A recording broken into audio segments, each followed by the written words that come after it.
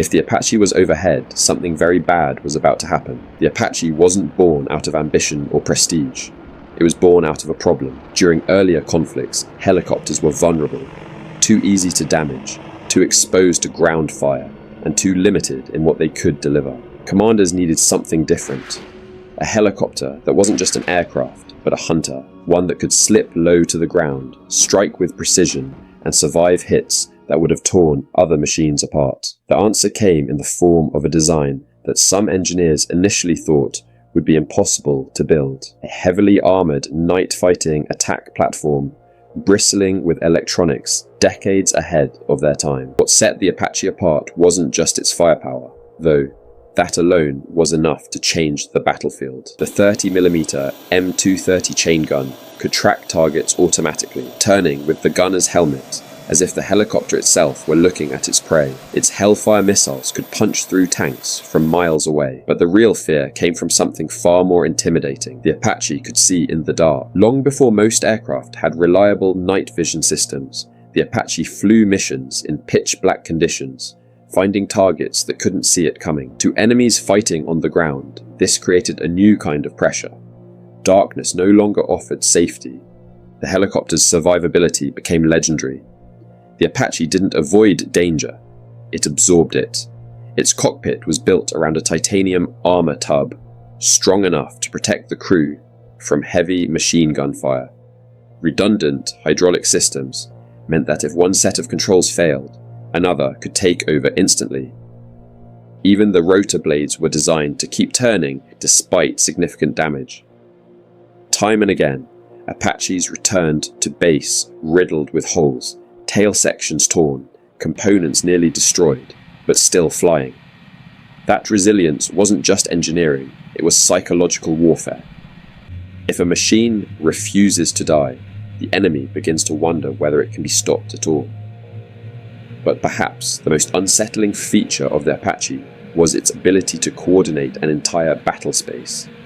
Its sensors could detect, identify, and mark targets for miles around, relaying information to ground units and other aircraft. It didn't just attack, it orchestrated. When Apaches operated in teams, they became something more dangerous than individual helicopters. They became a network. One aircraft illuminated targets with its sensors, while another launched missiles from a completely different direction. To ground forces, it felt like being attacked by something omnipresent, something that always knew where you were, even when you thought you were hidden. Early in its service, critics questioned whether the Apache's complexity made it too delicate to rely on. But the helicopter quickly proved that complexity was its strength. The Battle of Medina Ridge, the opening stages of Operation Iraqi Freedom, and numerous missions in Afghanistan all demonstrated the same thing. The Apache didn't need ideal conditions to be effective. It could operate in dust storms, at night, through valleys, over mountains. It could escort convoys, destroy armour columns, provide close support, or hunt independently. Its versatility meant that commanders could use it in ways no earlier helicopter was capable of. The fear it created wasn't because it struck without warning. It was because it struck with intent. Enemies learned that if they moved armour at night, the Apache would find it. If they tried to hide vehicles in tree lines, the sensors would pick them out. If they attempted to retreat, the helicopter could chase them down. There were stories, repeated through different conflicts, of ground forces abandoning vehicles the moment they heard rotor blades, knowing resistance was pointless. What makes the Apache's legacy enduring is that it continues to evolve. New sensors, better missiles, improved armour, and upgraded avionics keep it relevant, even as warfare changes. It wasn't designed to be a relic of the Cold War. It was designed to adapt. And for decades, that adaptability has kept it ahead of enemies who study it closely, but still struggle to counter it. In the end, the Apache earned its reputation not through myth, but through consistency.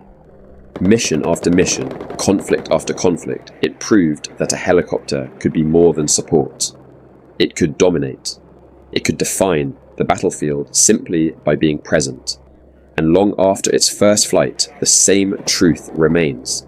When an Apache rises into the air, the ground below it changes. Movement slows. Radios fall silent. Soldiers on every side listen for the sound that has become unmistakable. Because history has shown, time and time again, that once you hear it, it's already too late.